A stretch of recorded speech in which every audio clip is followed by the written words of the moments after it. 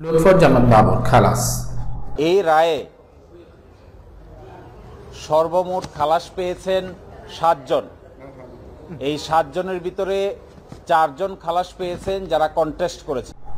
আজকে এই টাইটেলের প্রতিবেদনগুলো কিন্তু ডিজিটাল মিডিয়াতে সয়লাভ। প্রায় 10 বছর পর ভিন্ন ধরনের একটি রায় দিল এই মামলায় হাইকোর্ট ডিভিশন। সাবেক শিল্পমন্ত্রী ও জামায়াতে ইসলামীর আমির মতিউর রহমান নিজামী, সাবেক স্বরাষ্ট্র প্রতিমন্ত্রী লুৎফুজ্জামান বাবর, ভারতের বিচ্ছিন্নতাবাদী সংগঠন উলফার সামরিক কমান্ডার পরেশ বড়ুয়া এবং 2টি গোয়েন্দা সংস্থার ঊর্ধ্বতন কর্মকর্তা সহ 10 ট্রাক অস্ত্র মামলায় প্রধান আসামি হিসেবে স্বরাষ্ট্র প্রতিমন্ত্রী লুৎফুজ্জামান বাবরকে কিন্তু আটক দেখানো হয়। 2004 সালে IFSL ঘাট থেকে 10 ট্রাক অস্ত্র কিন্তু জব্দ করা হয়। তারপর কর্ণফুলী থানায়, যেটা চট্টগ্রামে অবস্থিত, এর মধ্যে বিশেষ ক্ষমতা আইনে এবং এই অস্ত্র মামলাগুলো করা হয়।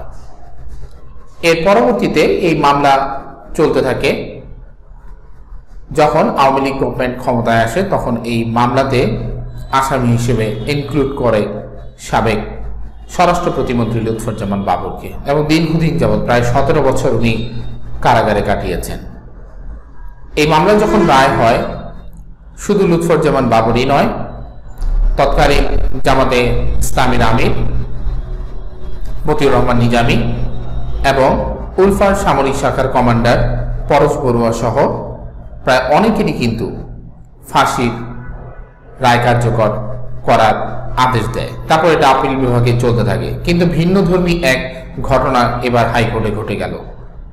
হাইকোর্ট যে রায় প্রকাশ করলো সেটা একটু ভিন্নধর্মী রায়। গতানুগতিকভাবে যেভাবে চলতেছিল তা কিন্তু না। আসলে এর ইফেক্টটা কিসের? হাইকোর্ট কি এখন স্বাধীনভাবে কাজ করতে পেরেছে? এই রায় কিন্তু সেই কথাই আমাদের বলে। একজন মৃত্যুদণ্ডপ্রাপ্ত আসামি কিভাবে বেকসুর খালাস হয়ে যায়। আর এর আগের গভর্নমেন্টই প্রতিহিংসামূলক রাজনীতির কারণে লুৎফুজ্জামান বাবর সহ আরো যারা ছিল তাদেরকে আটকিয়ে রাখা এবং তাদের ওপর এক ধরনের নির্যাতনের স্টিম রোলার চালাতো এই আইনের বিভিন্ন ধারার অপপ্রয়োগ করে। আমরা কিন্তু সেটাই দেখতে পেলাম। যাই হোক, লুৎফুজ্জামান বাবর 10টা অস্ত্র মামলা, যেটা তার উপর আরোপিত অনেকগুলো মামলার মধ্যে সবচাইতে ডেঞ্জারাস একটা মামলা ছিল, সেটা থেকে খালাস পেয়েছেন।